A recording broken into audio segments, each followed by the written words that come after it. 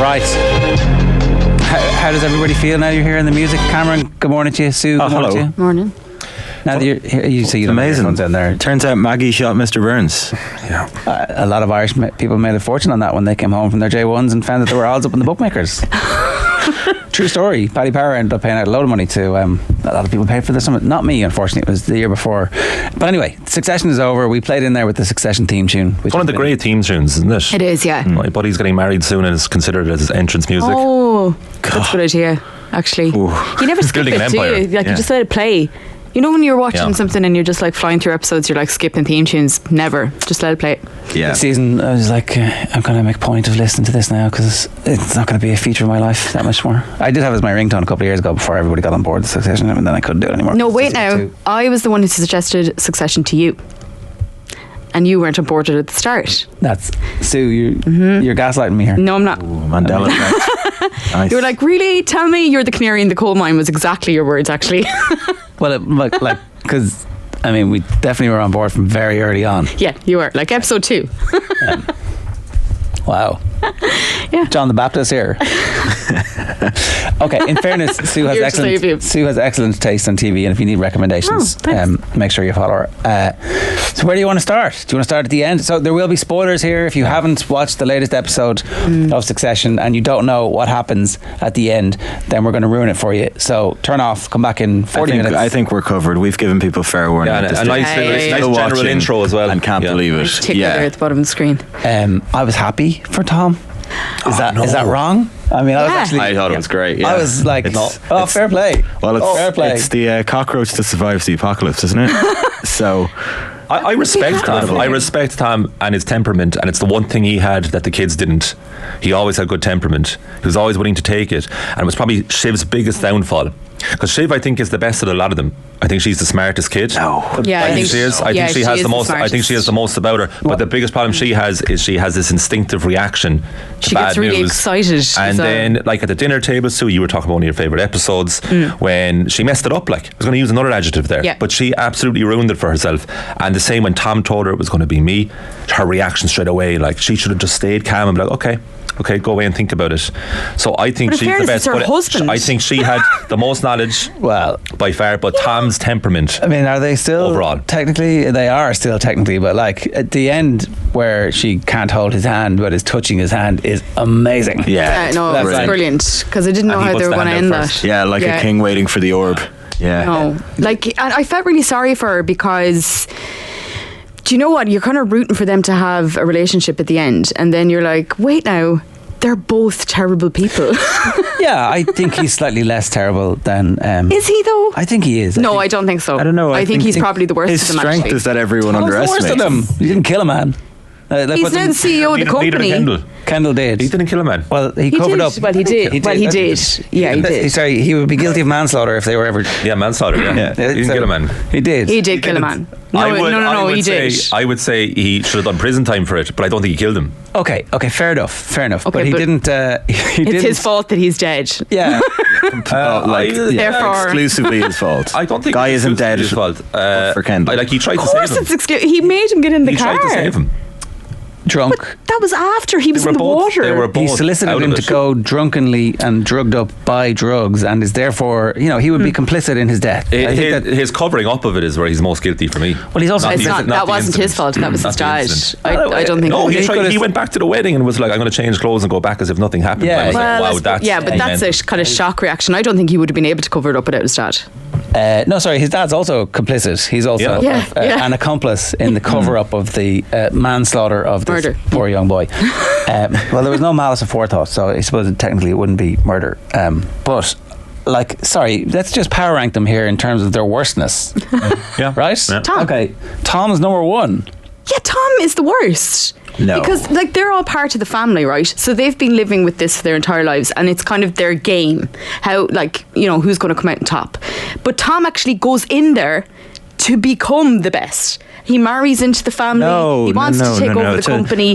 He is so sinister. He's a really, really sinister character. Tom is the Polonius character here. He's just being underestimated. He's there because he's useless. That's being kind to him. That's why he's put in at the end, because he's head of this puppet government now. He's the Philip Pétain of Waystar Royco. He never defends his wife. He's on the plane with Logan when he dies, and he's immediately trying to put himself in the forefront of this. Totally. Screws his marriage because he wants, and there's that scene where he tells Shiv what he wants for the first time. I like money. I want to be head of this company. I like nice He knows what he's doing. He's been playing the game for the entire season. Defends his wife. She's awful to him. Horrendous to him. Yeah, but he knew what he was getting into. But he knew what he was getting into. He knew what he was getting into, and then she lived down to all of his worst expectations. I think. Yeah. Okay, so you have Tom as number one. Who, Cameron, do you have as the worst? Yeah. I think it's got to be Logan. Obviously Logan. Sorry. Logan. Logan's off the table. No humanity. Here. Yeah. Right. Okay. In terms of the most evil things done throughout the series, or just general? Look, no, you're bringing criteria and logic and reason. That's clearly What's not allowed. What's your gut feeling? I would say, personally, and this is a complete outlier, I think Uncle Ewan is probably the second most evil character in the whole series. Whoa. Greg's granddad, because he constantly goes on about how he hates having this rich money, yet he's perfectly willing to lap it up when Logan offers it to him. He makes Greg feel like shit the entire way through the series because he's taken the bank. Well, exactly. But he is the biggest hypocrite in the entire series because he pretends he's living this hermit lifestyle, even though he's sitting on $250 million.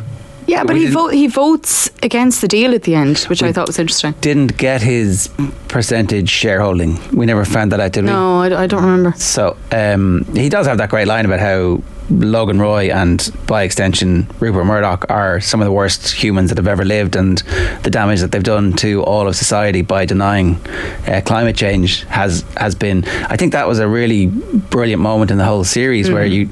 So this is because I remember we were talking about this. It might have been during lockdown, and Daniel Harris was making the point, this can't be one of the all-time great TV series because who cares about what happens with this company. But actually the power of those massive companies to twist the news agenda and to incite the hatred. Presidential election. Well, like that was obviously fake, but the stuff about climate change and all the other hate and bile that they spread through Fox News, through the New York Post, that's real. Like that's all just cut and paste from real life and put it on the screen. And Uncle Ewan had the bit where he just 40 seconds of absolute takedown. I was like, but can still take his coin. That's it. He's a complete hypocrite. But sure. Maybe he, like, the way the companies work, someone has to be at the boardroom going, that's wrong, you're all evil, you're scumbags, I can't believe you're doing this. At least there's a tiny semblance of a voice. And giving all of Greg's money specifically to Greenpeace was a genius move. That was one of the all-time great. Can I like sue Greenpeace? Is there a way? I forgot about that. That was come on. So I actually shape the children. Comedic effect. I think Uncle Ewan. That'll do, pig. That'll do. He's one of my favourite characters. So, of the kids, of the potential successors, Cameron, you neatly sidestepped. Of the potential successors, Kendall. Definitely. He's the worst. Because he opens the floodgates. It's why, like, my fifth favourite character is Jess, because she's like a moral compass for Kendall throughout. She sticks by him when she thinks he's doing right. Jess and New Jess. Yeah. Jess and New Jess, exactly. And then when she leaves, that's kind of an indication that that's the depth that Kendall's sunk to now at this point. Yeah. He's abandoning his own daughter, and even Jess is starting to walk away. Okay, this guy is too far gone, I think. So I think he is probably the most evil. He ultimately has the say. Like, Roman is terrible, and you know that's undeniable, but Kendall ultimately has the power. I don't think Roman's terrible, actually. You don't think he's terrible? No, I don't think he's terrible. I think there's humanity down in there. Sex pest? Yeah, look, there's loads of problems. I'm not saying that. Workplace sex pest? He just, that whole, like the scene in the boardroom where he realises Jerry's there and she's going to see him. I thought he was going to break into the Joker for a couple of minutes. I was like, what's happening here? He was just like, I don't want to see me like this, my scars. he's so in need of love. He just wants somebody to love him, and I genuinely felt sorry for his character. He literally presided over a huge explosion of a satellite. Oh, amazing! and just washed his hands. Literally washed his hands immediately after. How do I cover this up really quickly? Just a few missing thumbs. It's fine. I've been sitting here listening to all your candidates, and I can't believe we're not agreed on. I think by far the worst person is Roman. He's a terrible person to other people. He is awful. Like the very first episode, the check with the kid and rips it up in his face and laughs at him. That's a great point. The explosion, I totally forgot about that. Overseeing Mencken getting in as president. That's kind of the worst. Not caring at all about what happens with the country. The bit where it's like, that's when the fascists in charge. And the one thing with Shiv is that she actually, like, her political leanings are relatable in some way. She actually kind of leans blue a bit, and some of her points, you're kind of on board with her. And when she's like, I really do care about this country, I question that. But then Roman's response is like, who cares? Who cares? Like, he'll get in, it doesn't matter, we'll be grand, who cares? He is awful to everybody else outside of his own family. The only reason he manipulates the viewer into feeling sorry for him is because he's terrified of his father. And he's a victim of physical abuse. Yeah, that's it. And so he cowers. And so what's the instant reaction from one human to another when someone cowers and they're very vulnerable? It's like, I feel sorry for him, he's a teddy bear and he needs a hug. But he wouldn't even think twice about crossing you. Not even twice. Whereas Kendall, they're all terrible, but Kendall at least would hesitate before doing it, just like with Mencken, when he's like, I really shouldn't be doing this, I will. I mean, Kendall's not a good person, but at least he wrestles a bit with morality. Like, he wins, morality loses all the time, but he has a fight. Roman's like, I'm not even getting into the ring, I don't care. He's completely broken, and his father dying is the end of him as a person. The counter argument to that is that he's just realistic and he lives in the real world where the other ones are pretending. Which makes him worse again. He actually has self-awareness and he's still like that. Michael John Harris says Jesse Armstrong's stage description for that scene with Shiv and Tom in the car at the end was like 2 bombs being transported. How amazing is that, lads?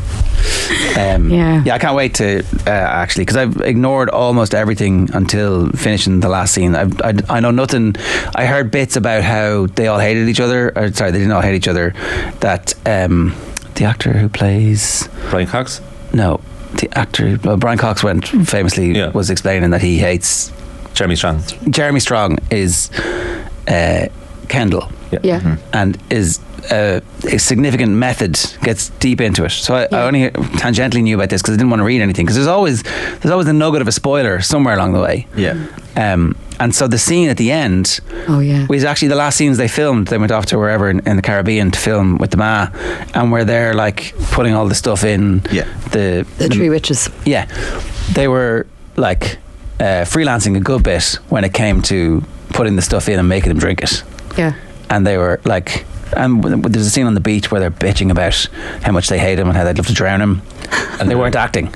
It's an impression of they weren't acting. It's the actors doing an impression of Jeremy Strong. But apparently he finished his work on March 1st and has just not been in touch with anyone from the series since. He's just like, that's done, that's finished. But he also, the scene at the end where he's like looking into the water, he ran into the water when they said cut, and the guy who plays the security guard had to like run in after him because he was like so in character. He wanted to see what it felt like to run into the water because he felt like that's where the character was going. So they said cut, he ran into the water, your man had to like pull him out. Mad. That is mad. It is mad. It's very unfair. I think that he was gonna spend his $2 billion that he was just like downloading the next time he went to the bank. I think that who do you think is the worst then? I don't know. I think that there's like the Holy Trinity, indivisible, God the Father and the Holy Spirit, as St. Patrick taught us, that they are indeed all three of them. Like bad as each other. I do think that Roman killed it. Like with this is all bullshit, we're not serious people. Like that's the echo of his last words his dad said to them. No. Sure, he was in contact with them afterwards. He was in contact all the time.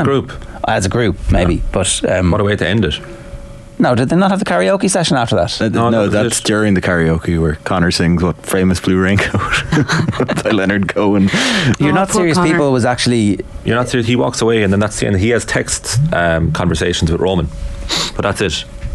Doesn't he call Roman? He calls Roman to tell him to fire Jerry. He does. Oh yeah. Yeah, but as a group, like, that's his parting words to all of them, because they won't listen to him. I thought You're Not Serious People was the night that they come in and said, oh, we've got control of the company. He's like, I just gave your mother's boyfriend the place in London and completely rewrote the constitution of the company.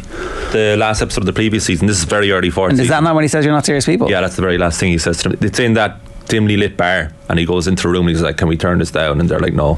He's like, all right, I'll just say it here then. He actually misses them at his birthday party.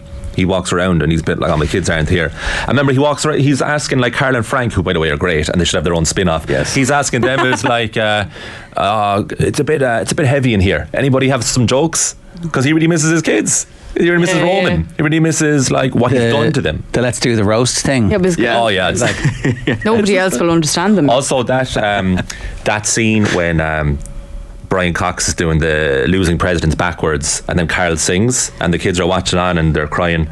Like, I feel like that was just the actors hanging out and they filmed it and it was like, this is actually brilliant, we can use this. It was excellent, and you can see how Logan is so charismatic there, that he's built this empire, because as evil as he is and as horrible as he is to other people, he does have that charisma about him that you actually kind of want to hang around with him.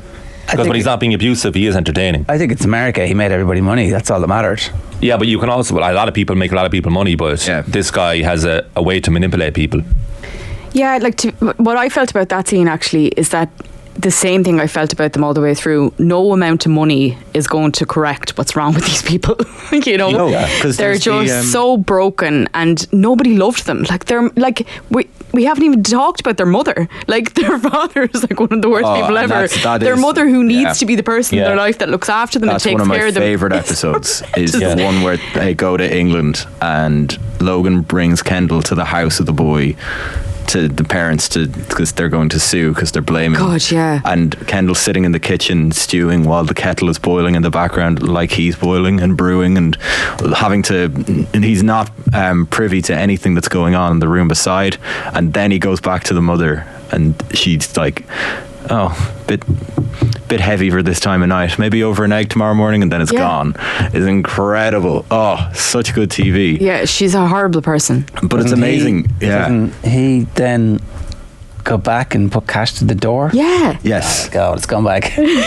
What a scumbag. It does. Here's the money that for your dead son that I could have, like, told you all about straight away, and maybe. But that's what I mean. That's what he does. Like, that's his morality conundrum he has all the time. It's, this is how I'm going to fix it with money. They've had nobody to guide them. They've had nobody to show them how to be proper human beings. I heard someone as well when they have the fight at the very last scene when, like, Kendall tries to break Roman's face and then Shiv gets involved. Yeah. Someone said, do you remember Shiv said at the funeral, the eulogy, that when we were kids we always used to mess around the office, we'd be terrified of him, and it was like, that's probably what they used to do as well when they were kids. They haven't grown up. And he'd go out and scream at them. Like, that's completely his fault. Like, it's all his fault. Yes. Well, they bear some responsibility, and at some point they are. But he's so overbearing. I mean, like, everyone's responsible for how they turn out themselves, but he's so overbearing on them that they hadn't the hope.